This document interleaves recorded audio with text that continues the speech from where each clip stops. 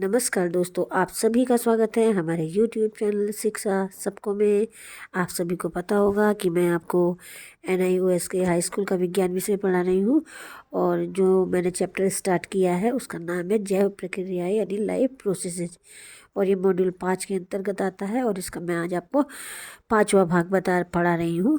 तो वीडियो को प्रारंभ करने से पहले आप सभी से अनुरोध वो मेरा है कि आपको अगर मेरी वीडियो ये पसंद आ रही है, समझ में आ रही है, तो इसे ज़्यादा से ज़्यादा विद्यार्थियों तक पहुंचाइए। साथ में आप इससे एक नंबर में डिस्प्ले करा रही हूँ स्क्रीन पर, इस पर भी आप हमसे संपर्क कर सकते हैं और अपनी समस्याओं का समाधान कर सकते हैं। तो वीडियो को प्रारंभ करने से पहले मैं आपको रिकॉल करा दूं कि मैंने पिछली वीडियो में आपको क्या क्या पढ़ाया था। तो पिछली वीडियो में मैंने आपको कुछ टॉपिक्स क्लियर कराए थे, जिसमें था ट्रांसपोर्टेशन यानी अभिगमन। दूसरा, अभिगमन के बाद मैंने आपको बताया था कि पौधों में वाटर का अभिगमन कैसे होता है यानी transportation of water in plants. रसारोहण की प्रक्रिया क्या होती है और पौधों में भोजन का अभिगमन किस तरीके से होता है और भोजन का स्थानांतरण या ट्रांसलोकेशन क्या होता है। तो आज मैं आपको बताऊंगी हार्ट के बारे में। मैंने आपको थोड़ा सा बताया था पिछली वीडियो में कि हम मनुष्य के शरीर में भी जो इस पौधों किसी भी चीज़ का जो अभिगमन होता है, ट्रांसपोर्टेशन होता है, वो एक सिस्टम के द्वारा होता है। उस सिस्टम को हम कहते हैं सर्कुलेटरी सिस्टम। और सर्कुलेटरी सिस्टम में कुछ भाग है। सर्कुलेटरी सिस्टम के 3 भाग हैं, जिसमें पहला भाग है हृदय, दूसरा है ब्लड वेसल्स और तीसरा है जो तरल पदार्थ है जैसे रुधिर, ब्लड और लिम्फ। तो पहला पार्ट मैंने आपको बताया था परिसंचरण तंत्र या सर्कुलेटरी सिस्टम का, हार्ट। तो अभी आज मैं आपको बताऊंगी इस वीडियो में हार्ट के बारे में। तो देखिए हार्ट होता क्या है। हृदय एक शक्तिशाली पेशीय अंग है, मस्कुलर अंग है, जो 2 फेफड़ों यानी लंग्स के मध्य स्थित होता है। हृदय में 4 कक्ष होते हैं, 2 आलिंद यानी ऑट्रियम और 2 निलय अर्थात वेंट्रिकल। यहाँ देखिए फिगर भी दे रखी है, इसे आप देखते भी जाइए। प्रत्येक आलिंद भी 2 भागों में बटा होता है, बायां आलिंद और दायां आलिंद। ध्यान रखिए कि दाएं आलिंद में हमेशा अशुद्ध या इम्प्योर रक्त तथा बाएं आलिंद में हमेशा प्योर या शुद्ध रक्त बहता है। इसी प्रकार जो नीचे का पोर्शन होता है हार्ट का, निलय वाला, वह भी 2 भागों में बटा होता है। वेंट्रिकल भी 2 भागों में बटा होता है, दाया निलय या राइट वेंट्रिकल और बाया निलय यानी लेफ्ट वेंट्रिकल। देखिए यहाँ पे मैंने आपको दिखा रखा है रेड कलर के 2 नीचे का जो पोर्शन है। हृदय जो है वो विशेष प्रकार की पेशी कोशिकाओं से मिलकर बना होता है, जिन्हें हम कार्डियक मसल्स या हृदय पेशी कहते हैं। अब इन्हीं पेशियों के वजह से, इन पेशियों का एक गुण होता है कि ये लगातार मतलब इसका कहने का मतलब है कि यह हमारे नियंत्रण में नहीं होती, यह स्वयं ही सिकुड़ती और फैलती रहती है आजीवन। तो इन पेशियों की वजह से ही हमारा हृदय जो है वो सिकुड़ता और फैलता है। तो ये पेशियाँ, इन पेशियों का नाम है हृदय पेशियाँ या कार्डियक मसल्स। संकुचन एवं शिथिलन का एक क्रम होता है, यानी कि सिकुड़ने और फैलने का एक क्रम होता है, जिसके फलस्वरूप स्पंदन होता है, यानी जिसके फलस्वरूप हार्ट बीट होती है। स्पंदन मीन्स हार्ट बीट। तथा हृदय जो है रक्त को वेसल्स में संचालित करता है। इस संकुचन एवं शिथिलन की वजह से हार्ट बीट्स होती है, महसूस होती है हमें। और इस संकुचन और शिथिलन की वजह से ही जो ब्लड है वह हार्ट से ब्लड वेसल्स में संचालित होता है, या दूसरे शब्दों में हम कह सकते हैं कि हृदय जो है ब्लड को वाहिकाओं में संचालित करता है इस संकुचन एवं शिथिलन के कारण के फलस्वरूप। तो देखिए 1 मिनट में एक सामान्य हृदय लगभग 72 बार स्पंदन करता है। 72 बार एक मनुष्य का हृदय जो है 1 मिनट में 72 बार धड़कता है। हृदय स्पंदन की असामान्यता को, अगर हार्ट बीट सही नहीं है, असामान्य है, ज़्यादा है या कम है, तो उसको हम हृदय स्पंदन की असामान्यता कहते हैं और इसको ECG के द्वारा पता किया जाता है। यानी हृदय स्पंदन की असामान्यता ECG इलेक्ट्रोकार्डियोग्राफ के द्वारा पता की जाती है असामान्यता। ये ध्यान रखिए, यहाँ पर ये मैंने आपको फिगर दिखा रखी है। ईसीजी है, इलेक्ट्रोकार्डियोग्राफ, इसमें हार्ट बीट के बारे में दिखाई दे रहा है, पता चल रहा है। तो यहाँ पे मैंने हार्ट का एक आपको छोटा सा बता दिया कि क्या होता है, कितने पार्ट होते हैं। अभी आपको बताती हूँ हृदय की कार्यविधि क्या है। यानी कि हृदय का कार्य हमको पता है कि ब्लड को पंप करना, ठीक है, अशुद्ध ब्लड को लंग्स में भेजना और शुद्ध ब्लड को बॉडी के डिफरेंट पार्ट्स में भेजना, यानी ब्लड को पंप करना। तो हृदय की कार्यविधि क्या है? देखिए, हृदय की कार्यविधि को जानने से पहले हम यहाँ पे हमने आपको एक फिगर दे रखी है। इस फिगर को आप देखिए, यहाँ पर पर्पल पोर्शन दिखाई दे रहा है आपको और एक दिखाई दे रहा है रेड पोर्शन।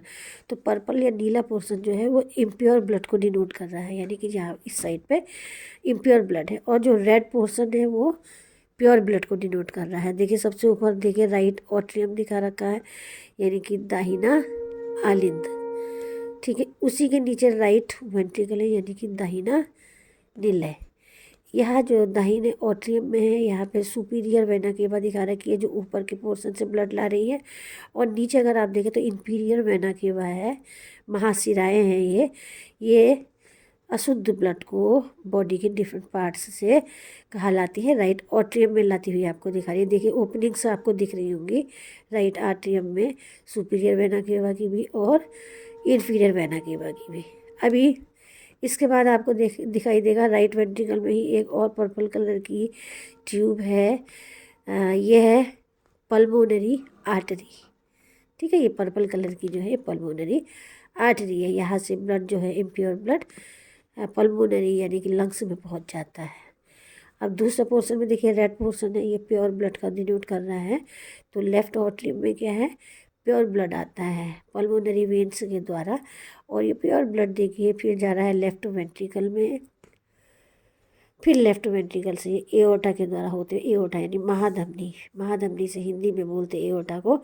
एओर्टा के द्वारा यह जो रेड दिखा रखा है प्योर ब्लड, ये डिफरेंट पार्ट्स में पहुंचता है। तो ये तो यहाँ पे फिगर है, आप इसको देख लीजिए।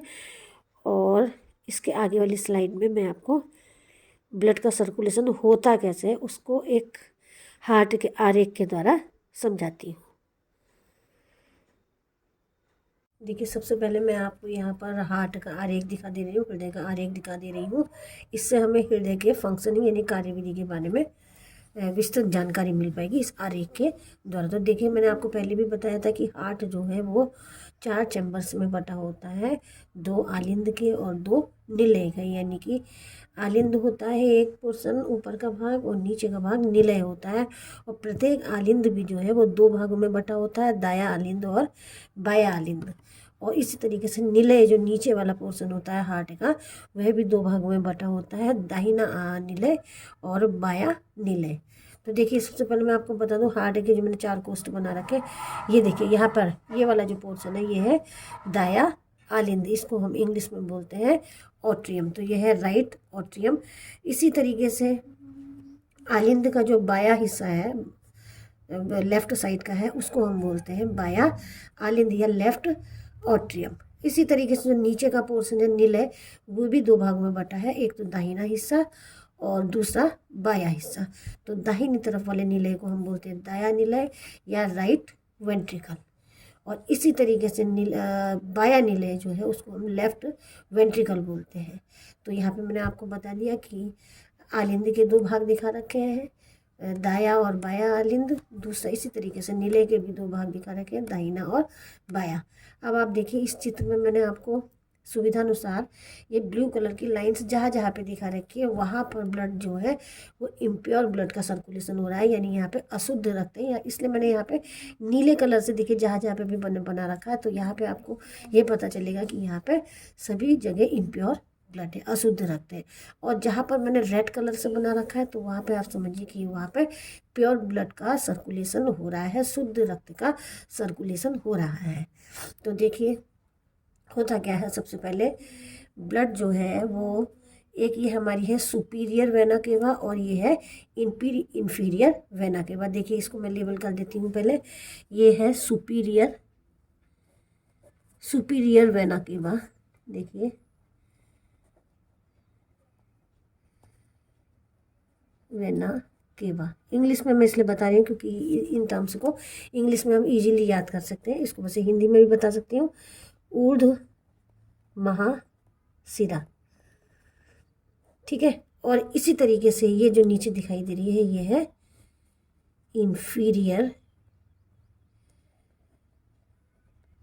Inferior vena cava.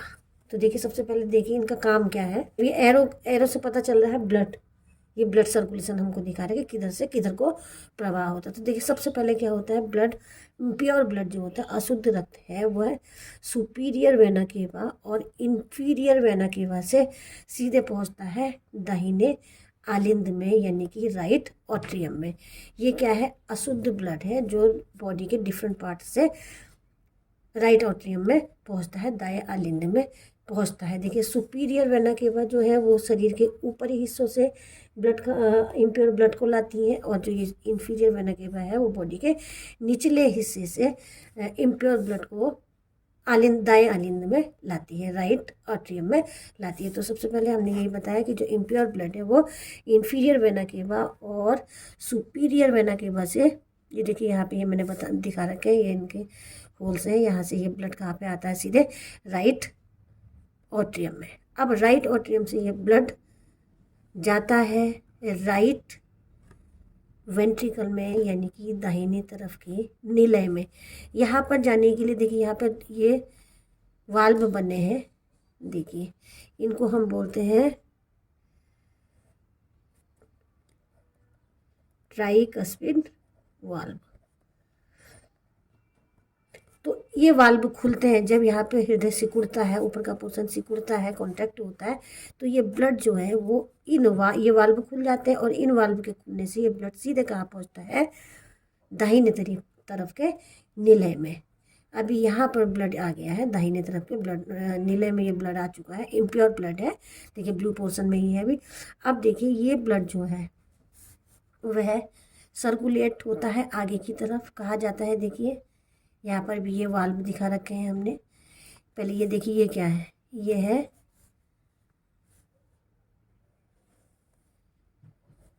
इसको बोलते हैं हम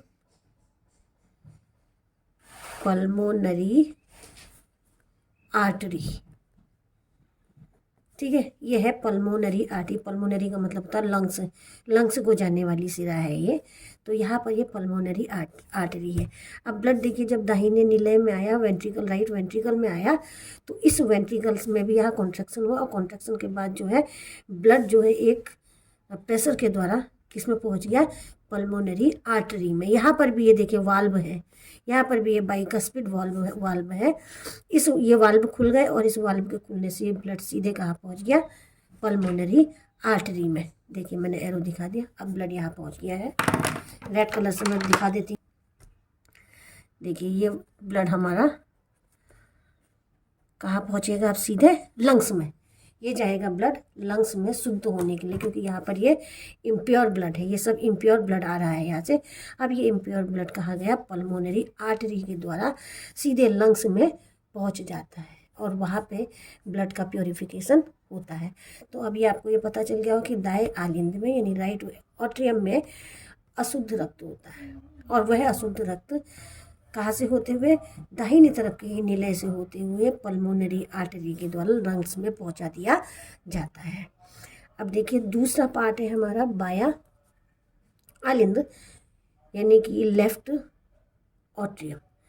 लेफ्ट ऑट्रियम देखिए, लेफ्ट का पोर्शन पूरा मैंने रेड कलर से बना रखा है, इसका मतलब यहाँ पे जितना भी है ये प्योर ब्लड का सर्कुलेशन हो रहा है। ठीक है, प्योर ब्लड का सर्कुलेशन हो रहा है। अब सबसे पहले देखिए यहाँ पर भी मैं लेबल कर देती हूँ, ये देखिए ये दोनों जो है वेन्स है पल्मोनरी